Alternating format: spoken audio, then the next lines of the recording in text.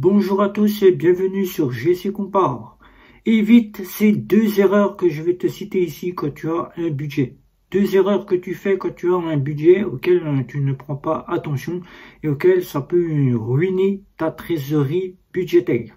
Alors, si tu en souhaites un petit peu plus sur cette vidéo, je t'invite déjà à mettre un petit abonnement, à ne pas oublier la petite cloche pour être averti des prochaines vidéos, ça se passe en dessous, et surtout de liker pour me montrer que tu as aimé ce sujet.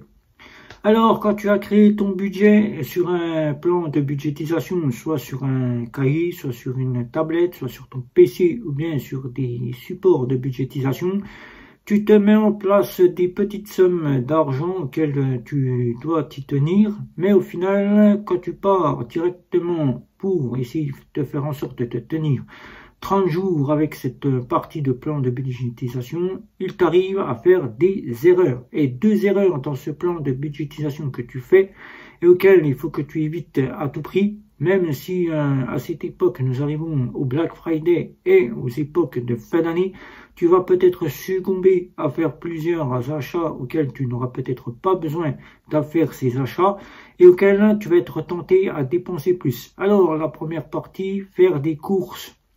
Déjà, d'une part, l'erreur que tu fais, c'est que tu pars sans avoir préparé ta liste de courses. Tu arrives au magasin, tu achètes tout et n'importe quoi.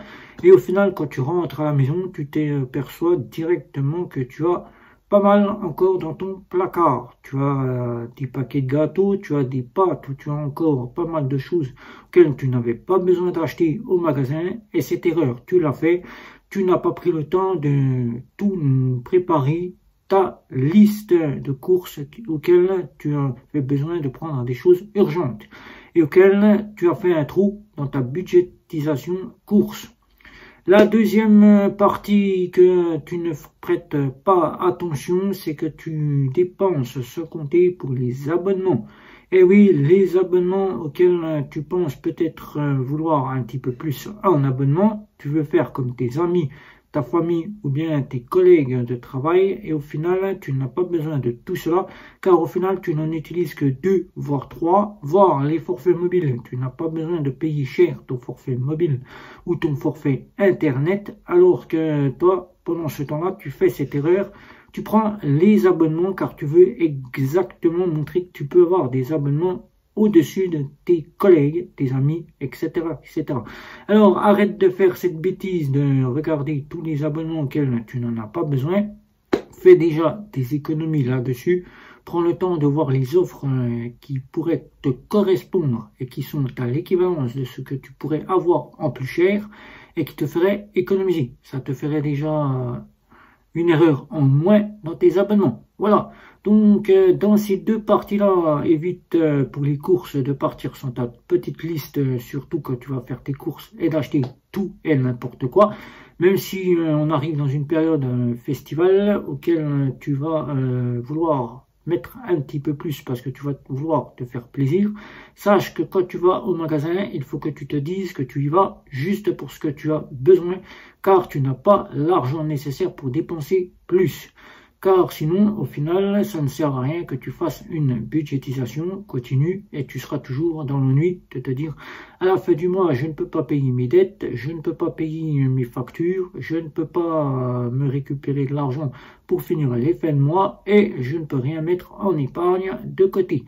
Alors, si avec ces deux erreurs-là, tu y arrives et tu as pris conscience que ces deux erreurs-là, il ne faut plus les répéter, les mois à venir, ton budget sera meilleur forme.